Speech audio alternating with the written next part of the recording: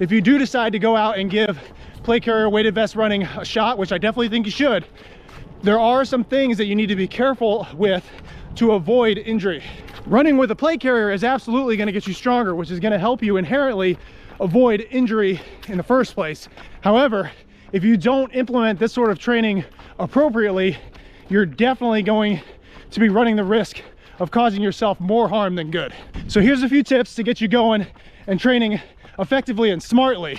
First of all, if you're just starting out training with a weighted vest, don't go too heavy on yourself, all right? Don't get too motivated and go too crazy. You want to start off light. Now, for most of you out there, that's going to be somewhere around 10 to 20 pounds. And honestly, guys, I think the ideal beginner weight, like if it's really just like your first time running with a plate carrier or a weighted vest, I think 10 pounds is the way to go. That way you're definitely not going too hard and too fast.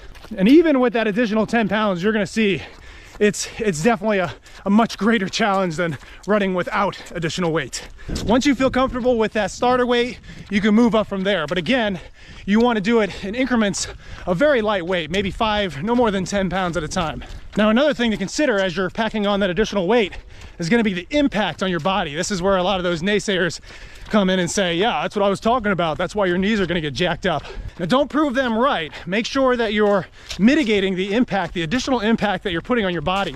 You'll mitigate that by wearing proper shoes, something like this, with plenty of support and padding. Look at that. Look at all that pad I'm wearing. And when you're just starting out especially, you want to be running off-road on soft surfaces. You want to be running on trails, something like this, or something like this.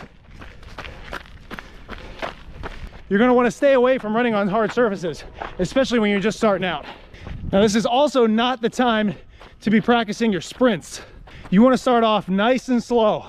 I mean, even me right now, I'm running while I'm talking to you guys. This is about the pace that I would be trying to maintain if I was out here even all by myself.